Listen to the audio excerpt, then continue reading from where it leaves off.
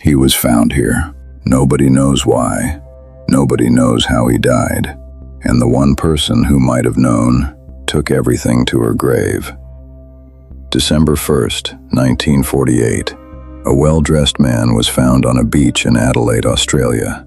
No identification, no cause of death, no signs of struggle, just a body and a small scrap of paper, hidden in a secret pocket, sewn into the waistband of his trousers. 2 words, printed in elegant script. Tamam Shud, Persian for ended.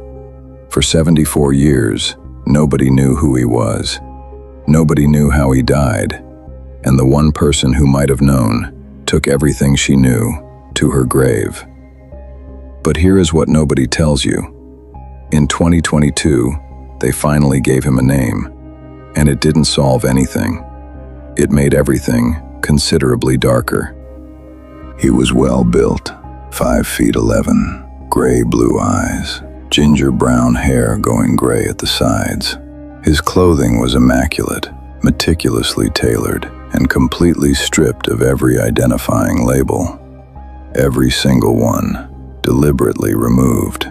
The autopsy found no cause of death, no poison detected, no trauma, no natural cause.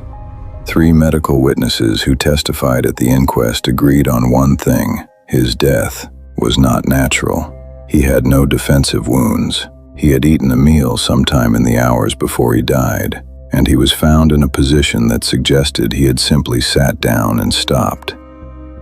No struggle, no panic, no last movement, just stillness. Months after the body was found, a renewed search of his possessions revealed something that had been missed: a tiny secret pocket sewn into the waistband of his trousers. Inside, a small, tightly rolled scrap of paper, the words Tamam Shud, torn from the final page of a rare edition of the Rubaiyat of Omar Khayyam, a 12th century Persian poetry collection whose themes center on fate, free will, and the fleeting nature of life. Police appealed to the public. Eventually, a man came forward. He had found a copy of the Rubaiyat left in an unlocked car parked near the beach. The final page had been torn out. It matched the fragment, exactly. But the book held one more secret. On the inside back cover, police found indentations from previous handwriting, a local phone number, an unidentified second number, and 5 lines of capital letters that appeared to be a code. Experts tried to crack it. Cryptographers tried to crack it. Intelligence agencies were consulted. That code has never been solved. Not once.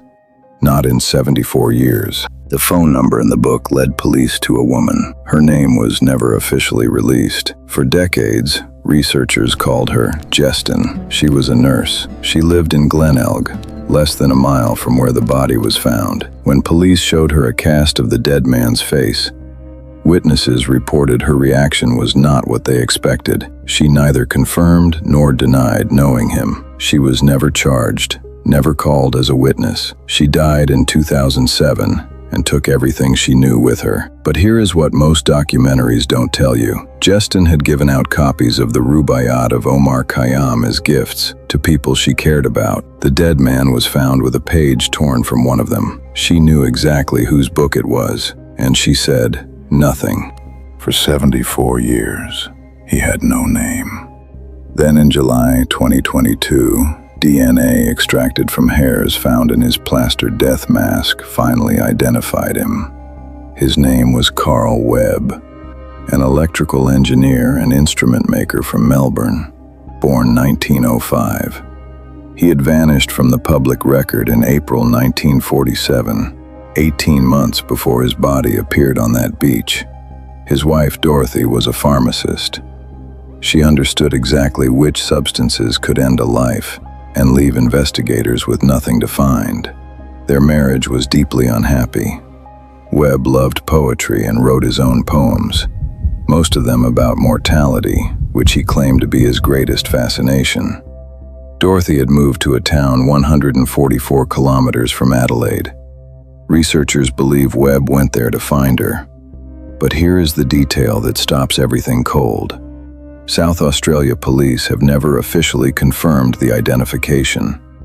The DNA sits unverified. The cause of death remains unknown. And the case is still, technically, open. The code in the back of that book has never been cracked.